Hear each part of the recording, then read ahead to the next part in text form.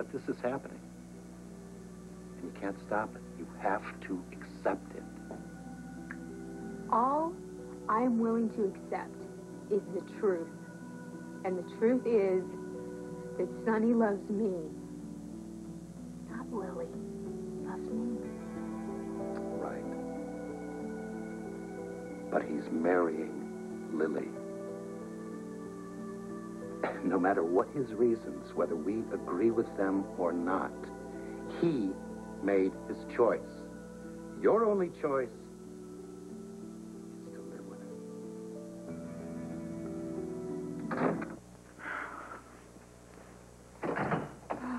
Good morning.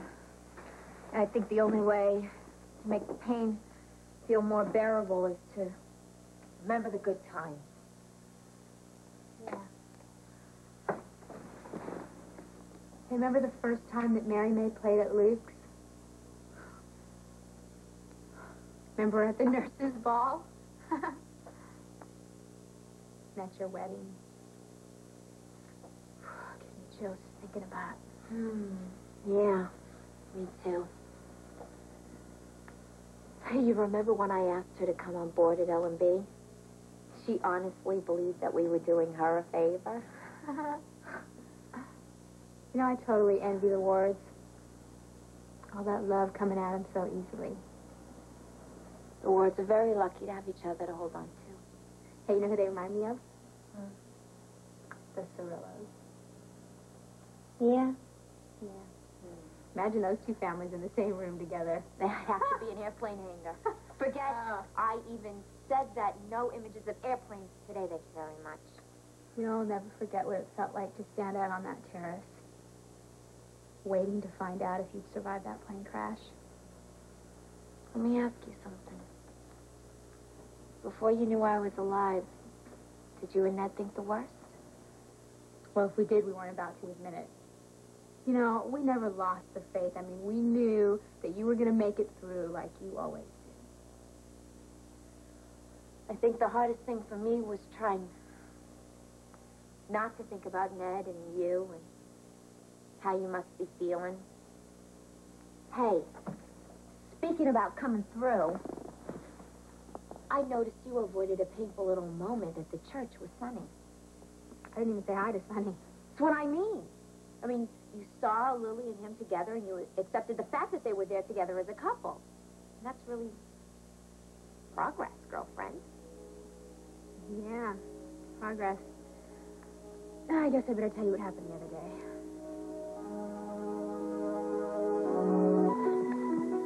Excuse me?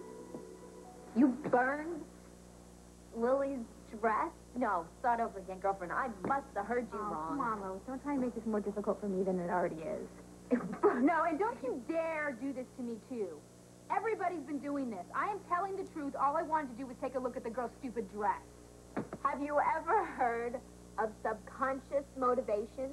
I mean, somewhere in your head, you had to know that an open flame near a lace dress was an invitation to disaster. What? Are you saying? Yes, my subconscious broke the match off, Lois, and flew it right across the room.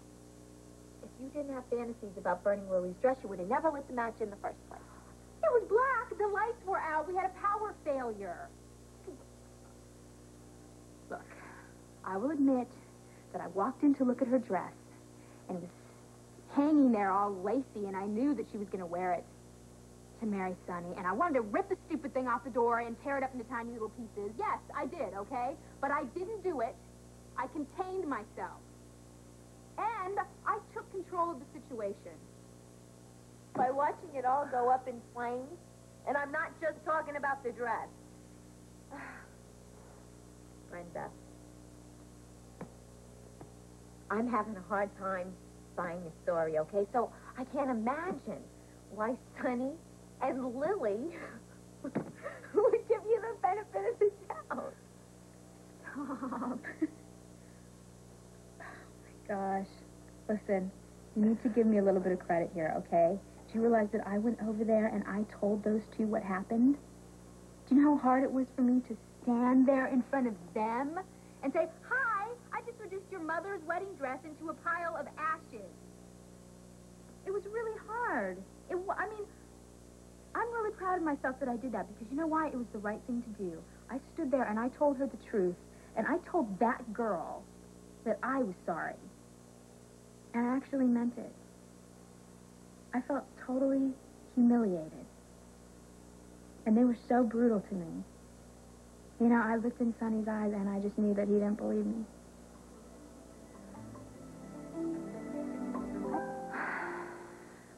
You were surprised by Sonny's reaction? What'd you expect? I just wanted him to believe me. He called me a spoiled, jealous brat. Were you? You know, I just want to thank you, best friend in the world, for believing me. Oh, I am not saying I don't believe you.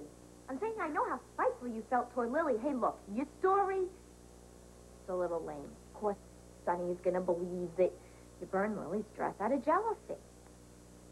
Well, fine. The least he could do is show that he even cares that I'm jealous. Or show that he cares about anything that I'm feeling anymore, whether I'm feeling lonely or, I mean, no, all he does is just slam the door on the progress that we've made. And that is what is hurting me more than anything right now. There can be no more progress between you and Sonny anymore. He's about to marry another woman. For now. But that's not the way it's going to be forever. The only thing I'm saying is the relationship he is going to focus on is the one he's got going with Lily. She's about to become his wife. You know what? I don't even want to hear this from you right now, okay? I don't want to think about them together. It makes me sick. Oh. Hey. I'm glad I got both of you in one room. Time to put on our L&B hats. Well, I guess we'll have to invite Edward to put on his L&B hat, too, huh? Since he owns the company, we can't make any decisions without him. Oh, he may own the company, but he will never own Eddie Mae. What does that mean? Did I miss something? I take it you haven't brought your partner up to speed.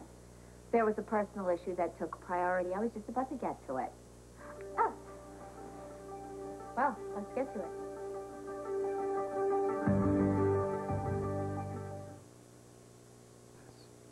The Outback, teeming with adoring fans.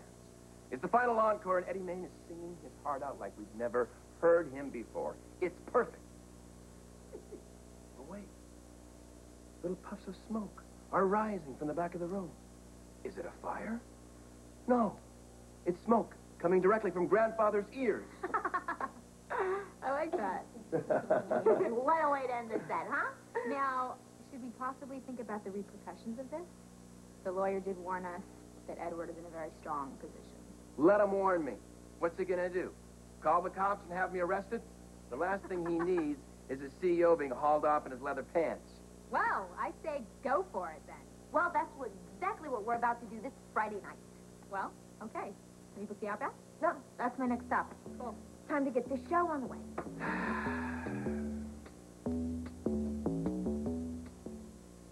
There's a list around here somewhere. People who sent flowers. Okay, yeah. Corinthos? Cirilla? I'm sorry to interrupt. Is Justice or Keisha here, or should I have gone to the foundation office? Well, you won't find him there either. He's with a client. I guess that would be Catherine Bell. And Keisha's at the ICU with Jason.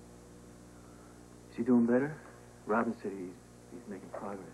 Well, he regained consciousness yesterday, but with an injury like that, it's hard to know the long-term prognosis. Well, I wish him the best. He's a good guy. Jason's the cue nobody can help but love. If for Stone, I'll never forget that. Just doesn't seem right. You wonder sometimes. So, can I give this to you, and then you can give it to Keisha and Justice? Of course. I'll give it to whoever gets in first. Thank you. Hey, glad you're back. I heard you had some, thrills and chills.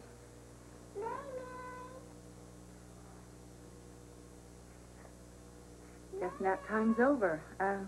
Tommy, why don't we go help Cora with the juice? See you later. I guess they still don't understand why Mary Mae isn't here.